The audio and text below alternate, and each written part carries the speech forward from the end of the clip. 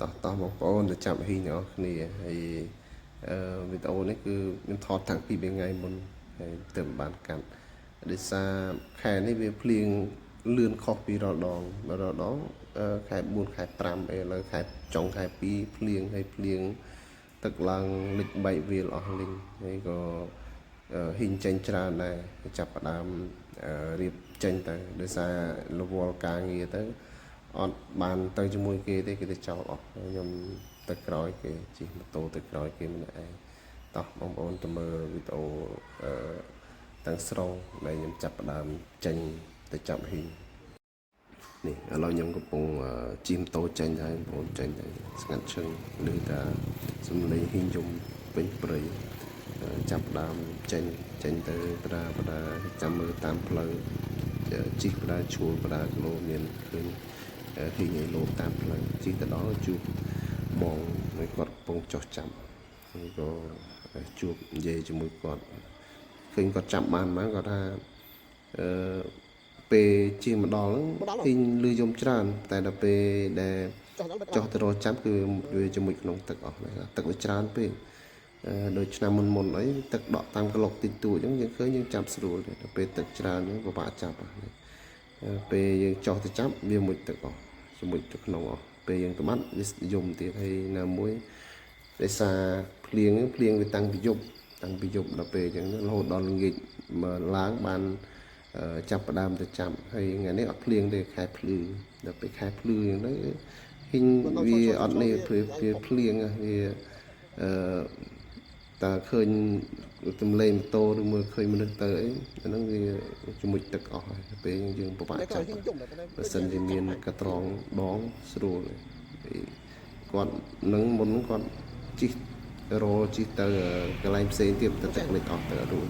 ហើយគាត់មកចាប់តាមមាត់ផ្លូវលើតែដូចជាបានទេគាត់ទៅផ្ទះវិញចាប់ផ្ដើមបន្តដំណើរទៅទៀតហើយខែភ្លឺព្រៀងដែរពេលជិះទៅមុខទៀតហ្នឹងក៏ឃើញថាភ្លើងគោយន្តភ្លើងម៉ូតូដាច់ដើរចាប់ពេញព្រៃហ្នឹងតែមិនសូវបានទេចាប់អត់សូវបានទឹកវាច្រើនពេកឮតែសំឡេងយំប៉ុន្តែពេលយំនៅក្នុងអូអញ្ចឹងទៅចុះចាំអត់កើតពេលដើរចិត្តវាអញ្ចឹងទៅវាលុបទៅអស់សិតតែសំឡេងគោយន្តសំឡេងម៉ូតូពេញទៅផ្លូវសម្រាប់អ្នកស្រុកស្រែហ្នឹងប៉ុណ្ណឹងឯងងាកឡើងតើមានភ្លៀងគេចាប់ដើមចាក់សាំងម៉ូតូចាប់ប្រេងគោយន្តនេះមកដល់ហ្នឹងខ្ញុំឃើញហ៊ីងមួយកំពុងលោតផ្លត់ហ្នឹងហ៊ីងដំបងចាប់បានមួយមុនគេមកកុំឲ្យគេថាមួយឆ្នាំមានម្ដងមកចាប់ហ៊ីងឯងបានមកទៀតចឹងចេះឆ្លៀតមកទៅបីរវល់ហ្នឹងក៏ឆ្លៀតមកដែរនេះនៅប៉ុណ្ណាណៃពងទៀតហើយងាកមកទៅឃើញកន្លែងនេះពងយំអោកឈួល7មើលនៅហ្នឹង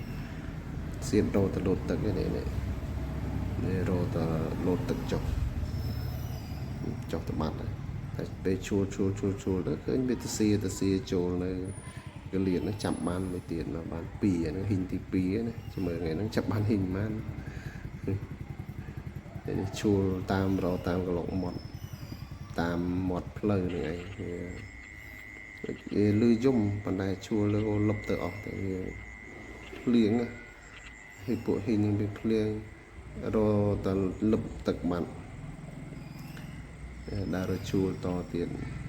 ឃើញកែបចាប់ដែរមិនបាច់ទុកទេជ្រុលទៅចាប់ទាំងអស់នេះឈួលមកកន្លែងនេះពងដែតនេះដូចគេហៅហ៊ីងដែតទឹកនេះដែតប៉ោងវាយំឆ្អែតវាដែតហ្នឹងមិនទៅណាទេចុះឡើងហ្នឹងវាណាជួបពួកម៉ាទៅចាប់គេមកមុនគេទៅតាំងពីល្ងាចនេះឲ្យគេលា